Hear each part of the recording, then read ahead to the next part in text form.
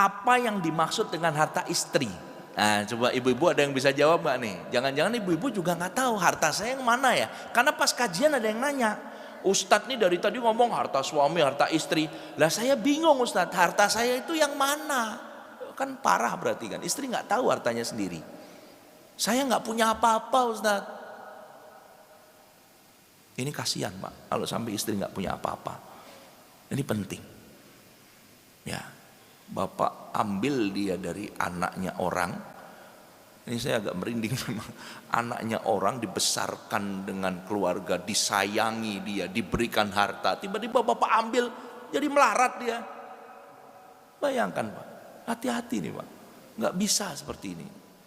Ya qadarullah memang Bapak tidak punya kecukupan ya, wallahu alam ya, itu memang udah terjadi. Tapi kalau Bapak punya kemampuan, istri nggak pernah dikasih apa-apa, ini kasihan Pak. Jadi saya bahas Pak, yang dimaksud harta istri ini mau dicatat. Yang pertama nih Pak ya, banyak nih harta istri nih, jadi banyak yang nggak tahu. Harta istri yang pertama adalah mahar. Saat dia dinikahi, dia punya mahar, itu punya dia. Haram bagi seorang suami ngambil lagi maharnya. Ini sering kejadian, ada yang curhat, Ustadz, saya memang punya mahar tapi dipinjam suami, habis itu lupa nggak dibalikin. Naudzubillah min dzalik.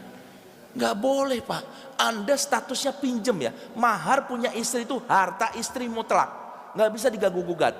Antum nggak bisa makan, terus kita susah hidup, kita pinjem istri boleh, seizin dan seridho istri. Tapi nanti harus dibalikin, akadnya utang.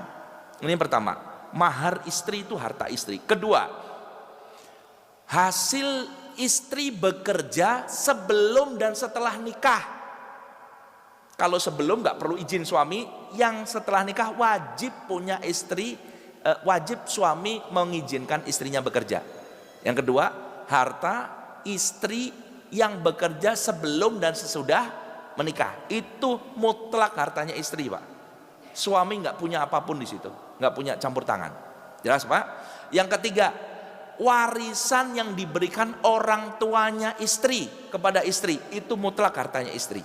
Suami nggak boleh dapat apa-apa di situ, kecuali dikasih dengan keridhaan. Nggak boleh minta juga.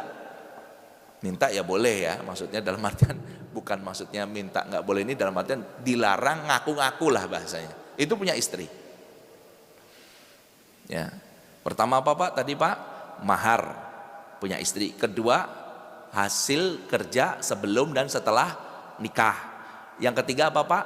Warisan yang diberikan orang tua atau siapapun yang kepada istri. Yang keempat, hibah yang diberikan oleh orang tua, saudara maupun bapak-bapak suaminya, itu sudah punya istri mutlak. Contoh, ini sekaligus menjawab pertanyaan yang kedua, gimana sih akadnya ketika rumah ini membuat istri? Pertama, harus ada yang namanya rukun dan syaratnya hibah terpenuhi. Artinya apa? Harus ada akad Pak. Duhai istriku sayang, karena aku mencintai kamu, aku punya rumah 10, ini 1 aku kasih ke kamu. Kurang gak ini ibu-ibu? Ibu-ibu teriak kurang. Kalau 10 jangan 1 Ustaz ngasihnya. Misal suaminya punya rumah 3, dia bilang, duhai istriku sayang, saya berikan kepada kamu 1. Istrinya bilang, saya terima suamiku. Ini sudah jatuh Pak, akadnya adalah hibah. Ketika sudah akad seperti ini, maka ini punya dia. Sudah jelas akad, panggil saksi anak-anak. Anak-anakku kumpul, saya hari ini akan menghibahkan rumah ini pada ibumu. Kamu semua jadi saksi. Lebih baik kalau dipindah namakan di notaris, itu lebih baik. Karena memang hari ini negara kita negara hukum. Jadi itu udah jatuh Pak. Jadi kalau nanti suami meninggal, diwaris gak rumah itu? Tidak. Lah gimana Ustadz kalau sudah atas nama istri? Belum tentu punya istri. Sepanjang tidak ada akad hibah, berarti itu pinjam nama, supaya nggak kena pajak progresif.